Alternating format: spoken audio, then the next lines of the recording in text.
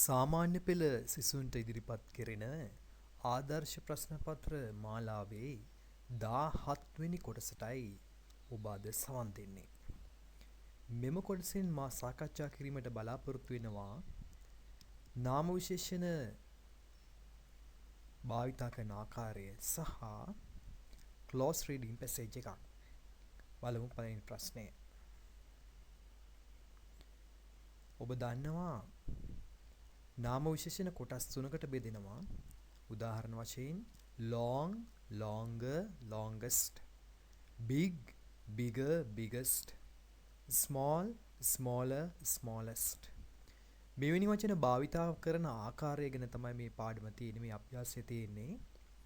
මෙහිදී දැන් long කියන වචනය ගත්තොත් ඒක සාමාන්‍ය විදියටයි භාවිතා කරන්නේ. උදාහරණයක් වශයෙන් the river Kalani is long. longer කියන වචනේ භාවිතා කරන්නේ දෙක සංසන්දනය කරන්න. The river Kalani is longer than the river Walavi. එතකොට longer කියලා භාවිතා කරේ මේ longer කියලා භාවිතා කරාම පිටුපසින් than භාවිතා කළ යුතුමයි. තව එකක් කියනවා නම් the river Mahaweli is the longest. එතකොට දිගම ගඟ මහවැලි ගඟ. එතකොට the longest කියලා කිව්වේ longest කියන වගේ වචන ඉදිරියෙන් the තියෙන්න ඕන. ඒ වගේම the තියෙනවා නම් longest වගේ වචන තමයි යෙදෙන්නේ. කලින් වාක්‍යයේ longer තියෙන විට the river Kalani is longer than the river Walawe කියලා කිව්වේ. longer සමග than භාවිතා වුණා than. මේ than භාවිතා වෙන්නේ longer, fatter, smaller, shorter ඒ වගේ comparative degree වචන. positive degree, comparative degree, superlative degree වශයෙන් තමයි මේ කොටස් තුන බෙදෙන්නේ. long කිව්වොත් positive degree. longer කිව්වහම comparative degree. longest කිව්වහම superlative degree. ඒ වචන ගැන එච්චර අවශ්‍යතාවයක් නෑ අවධානය යොමු කරන්න. යෙදෙන ආකාරය බලමු. long වගේ ආවොතින් සාමාන්‍ය ක්‍රමයට යෙදෙන්නේ. longer ආවොතින් දෙක සංසන්දනය කරන්න යෙදෙන්නේ longer පිටුපසින් than භාවිතා කරලා යුතුයමයි. longest ආවොතින් ඒක ගොඩක් වෙලාට ඉහළම දේ ගැන කියනකොට, විශාලම දේ ගැන කියනකොට, පුංචිම දේ ගැන කියනකොට, ඒ වගේ කාරණාවලින් තමයි, ඒ වගේ නාම විශේෂණ වලින් තමයි longest භාවිතා වෙන්නේ, tallest භාවිතා වෙන්නේ, smallest භාවිතා වෙන්නේ. එවිට ඉදිරියෙන් the තිබිය යුතුමයි. එහෙනම් යම්කිසි අභ්‍යාසයක than තියෙනවා නම්, යම්කිසි අභ්‍යාසයක the තියෙනවා නම්, ඊට ඉදිරියෙන් තියෙන වචනය, ඊට පිටුපසින් තියෙන වචනය ළමයින්ට සිතා ගන්න පුළුවන් වෙන්න ඕන. අපි ඒ ගැන අවබෝධය බැලීමට සරල අභ්‍යාසයක් බලමු. Underline the correct adjective. There are 8 planets in the solar system. There are 8 planets. තියෙනවලු planets 8ක්. planets කියන්නේ මොනවද? ග්‍රහලෝක. there are කියන්නේ තියෙනවා. There are 8 planets. ග්‍රහලෝක 8ක් තියෙනවා in the solar system.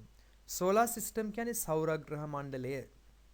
එහෙනම් සෞරග්‍රහ මණ්ඩලයේ තියෙනවලු ග්‍රහලෝක 8ක්. Jupiter කියන්නේ බ්‍රහස්පති. Jupiter is the, ඔයගොල්ලෝ දන්නවා Jupiter තමයි විශාලතම ග්‍රහය. එහෙනම් Jupiter is the විශාලතම. big, bigger, biggest. එක හේතුවක් the තිබෙනවා, අනිත් එක biggest තමයි ගැලපෙන්නේ. Jupiter is the biggest planet. Jupiter තමයි විශාලතම ග්‍රහලෝකය. Mercury තමයි බුධ. Mercury ඔබ දන්නවා සූර්යා අසලින්ම තියෙන්නේ. එතකොට Mercury මොන වගේද? පුංචි එකක්. එහෙනම් the තියෙනවා. බුධ ග්‍රහය the Mercury is the කියලා the තියෙනවා එතන. එහෙනම් smallest තමයි. small, smaller, smallest කියන වචන තුනෙන් ගැලපෙන වචනේ තමයි smallest. හේතුව the තිබෙන නිසා. Mercury is the smallest planet in the solar system. Mercury තමයි පුංචිම ග්‍රහලෝකය in the solar system, සෞරග්‍රහ මණ්ඩලයේ. The hot, hotter, hottest කියලා වචන තුනක් තියෙනවා. the තිබෙන නිසා මෙතෙන්ට ගැලපෙන්නේ hottest කියන එකයි. The hottest planet is Venus. Sikuru. Venus කියන්නේ සිකුරු. The hottest, උණුසුම්ම. hot කියන්නේ උණුසුම්, hotter වඩා උණුසුම්, hottest කියන්නේ උණුසුම්ම. උණුසුම්ම ග්‍රහයා Venusලු, සිකුරුලු. The hottest planet is Venus. උණුසුම ග්‍රහයා සිකුරු. Mars is closer close තියෙනවා, closer තියෙනවා, closest තියෙනවා. close කියන්නේ කිට්ටු. closer කියන්නේ වඩා කිට්ටු. closest කියන්නේ කිට්ටුම. close කිට්ටු, closer වඩා කිට්ටු, closest කියන්නේ කිට්ටුම. මෙතන වැදගත් කාරණයක් තියෙනවා කියන්නේ closer කියන වචනෙට පිටිපස්සෙන් සාමාන්‍යයෙන් to භාවිතා වෙනවා. එහෙම භාවිතා වන වචන පිටිපස්සෙන් ඒ වචනේ අවසන් වූ සැනින් ද භාවිතා කරන්න අවශ්‍ය නැහැ to තිබෙන නිසා. closer පිටිපස්සෙන් to භාවිතා වෙනවා. closer පිටිපස්සෙන් to භාවිතා වුණාම ඒ ළඟම than භාවිතා කිරීම අවශ්‍ය නැහැ. බලමු උදාහරණ කිහිපයක්. senior to ජේෂ්ඨයි. junior to කනිෂ්ඨයි. closer to කිට්ටුයි. prior to පෙර. inferior to බාල. ඒ කියන්නේ ගුණාත්මකතාවයෙන් බාල. inferior to superior to ඉහළ සුපිරි ගුණාත්මකතාවයෙන් ඉහළ යනාදී වචන senior to junior to superior to inferior to prior to වැනි වචන සෙට් එකක් තියෙනවා. නැවතත් කියනවා senior to ජේෂ්ඨ, junior to කනිෂ්ඨ, inferior to ගුණාත්මකතාවයෙන් බාල, superior to ගුණාත්මකතාවයෙන් ඉහළ, prior to පෙර. මේ වගේ වචන ටිකක් තියෙනවා. මේ වචන වලට පිටුපසින් සාමාන්‍යයෙන් භාවිතා වෙන්නේ to. එහෙනම් අපිට දැන් උත්තරේ පැහැදිලි. Mars අඟහරු ග්‍රහය. Mars is closer to Earth. Mars is closer to Earth. අඟහරු ග්‍රහය closer කිට්ටුයි. closer කියන්නේ කිට්ටුයි to Earth පෘථිවියට than Uranus. Uranusට වඩා. බලමු අපි ඊළඟ කොටස. The sun is the තියෙනවා. හිරු තමයි කොහමද? bright දීප්තිමත්, brighter වඩා දීප්තිමත්, brightest දීප්තිමත්ම. The sun is the brightest. Venus is හිරු තමයි දීප්තිමත්ම. Venus is far ඈත, farther වඩා ඈත, farthest වඩාත් ඈත from Earth, but Neptune is Venus සිකුරු ඈතින්ලු තියෙන්නේ පෘථිවියට වඩා. පෘථිවිය ඉඳලා ඈතින්ලු තියෙන Venus. එහෙනම් වඩා ඈතින් කියන අර්ථය යොතනේදී ඉදෙන්නේ Venus is farther from Earth. Venus is farther from Earth. එතන දෙකක් සංසන්දනය කරන නිසා තමයි father කියලා ආවේ. Venus ඈතින්ලු from Earth. Farther from Earth. පෘථිවිය සිට Venus ඈතින් තිබෙන. එතන හරියට මේ from වල අර්ථය අර වෙනත් වචන වලදී than භාවිතා කරා හා සමාන අර්ථයක් තමයි එතන from වලින් ගෙන දෙන්නේ.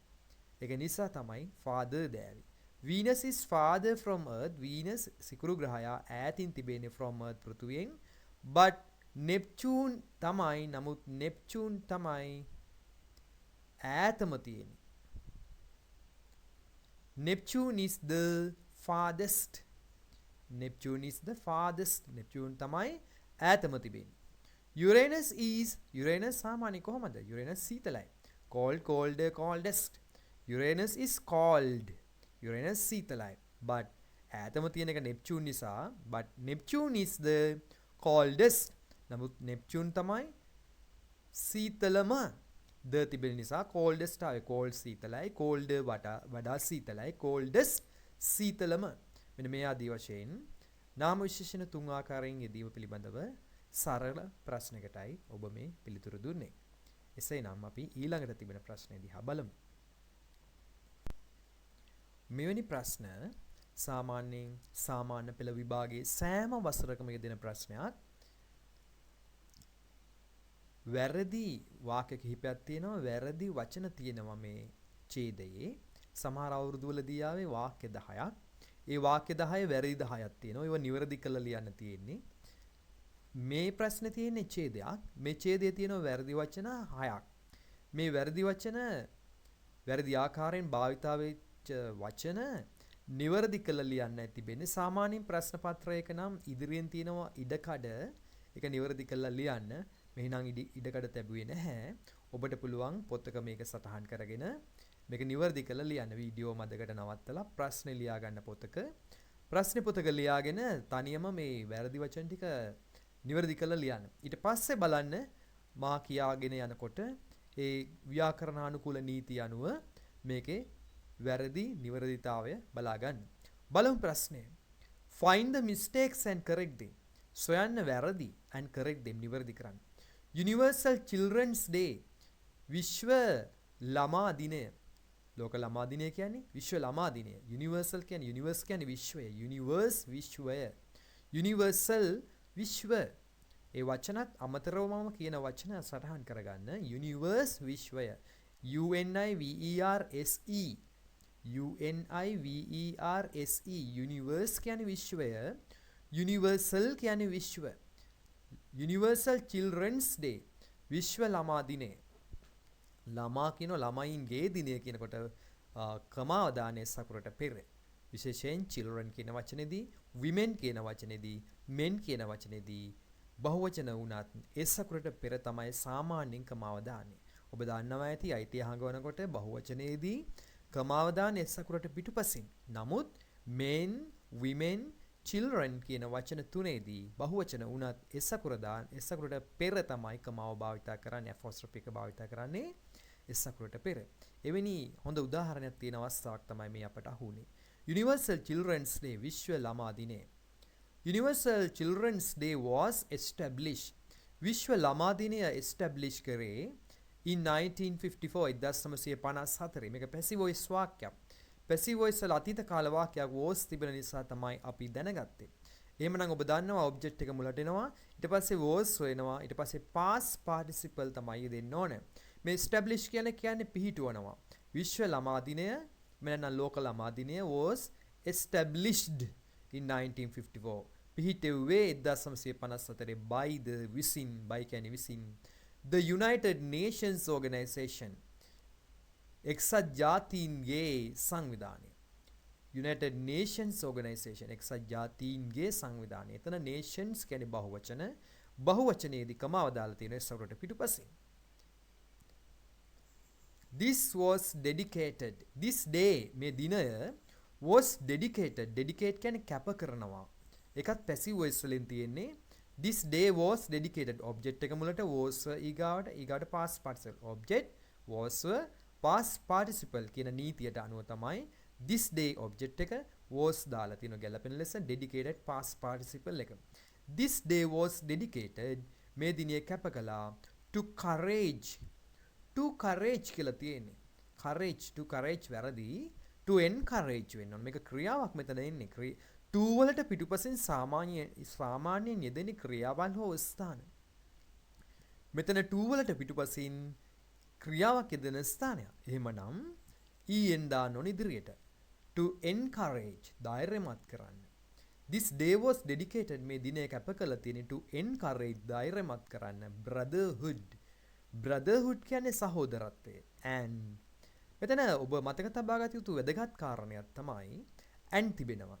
and තිබෙනව නම් දෙපැත්තේ යෙදෙන්න ඕන සමාන ස්වරූපයේ වචන. උදාහරණ වශයෙන් මේ මැදින් and තියෙනවා නම් දෙපැත්තේ එන්න පුළුවන් නාම විශේෂණ දෙකක්. ඒ කියන්නේ මේ පැත්තේ නාම විශේෂණයක් එනවා නම් අනිත් පැත්තෙත් නාම විශේෂණයක්.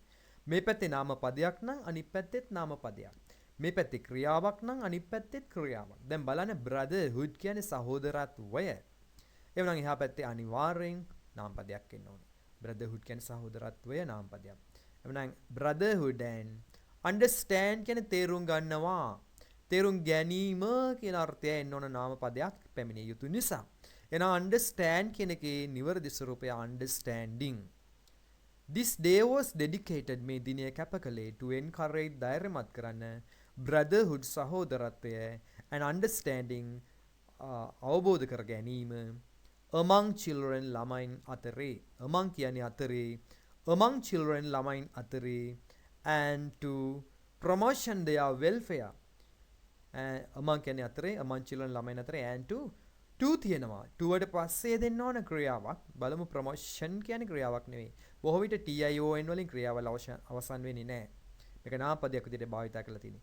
to promotion කියන්නේ දියුණු කිරීම, උසස් කිරීම. දියුණු කිරීම කරනවා කියලා එන්න ඕන. එහෙනම් to promote. promote කියන්නේ දියුණු කරනවා. PROMOTE. එතකොට එහෙනම් මේ දිනය ආරම්භ වුණේ කෙසේද කියලා බලමු මුල ඉඳලා. welfare කියන වචනේ අවසාන වචනේ welfare කියන්නේ සුබ සාධනය. එනම් මුලින්ම බලමු. This day was dedicated මේ දිනිය කැප කළේ to encourage දියුණු කරන්න brotherhood සහෝදරත්වය and understanding වටහා ගැනීම තේරුම් ගැනීම among children ළමයින් අතරේ to promote their welfare දියුණු කරන්න ඔවුන්ගේ සුබ සාධනය. Each country සෑම රටකටම was given සෑම රටකටම දුන්නලු ඒකත් passive voice. Each country සෑම රටකටම was given දෙනු ලැබුවා the තියෙනවා. the වට පස්සේ දෙන්නේ නාමපදයක්. free කියන්නේ නිදහස්. free කියන්නේ නිදහස්. එවනම් ඒකේ නාමපදය freedom. Each country was given the freedom. සෑම රටකටම දුන්නා freedom එක නිදහස to choose තෝරන්න an appropriate day. To choose තෝරන්න an appropriate day. appropriate කියලා කියන්නේ උචිත. appropriate දවසක්. උචිත දවසක් තෝරන්න සෑම රටකටම දුන්නලු නිදහස. freedom කියන්නේ නිදහස. DOM දාන්න තියෙන free word පිටුපසින් DOM දාම freedom වෙනවා. free කියන්නේ නිදහස්, freedom කියන්නේ නිදහස. appropriate කියන්නේ උචිත. එනම් බලන්න මේ වාක්‍ය නැවතත් each country සෑම රටකටම was given දෙනු ලැබුවා the freedom නිදහස to choose තෝරන්න an appropriate day උචිත දවසක්. හොඳයි එහෙමනම් මේ වීඩියෝයින් පහළ තිබෙන subscribe button එක touch කරන්න. එවිට ඔබට තවත් බොහෝ වීඩියෝ ලැබෙවි ඉදිරි දිනවලදී.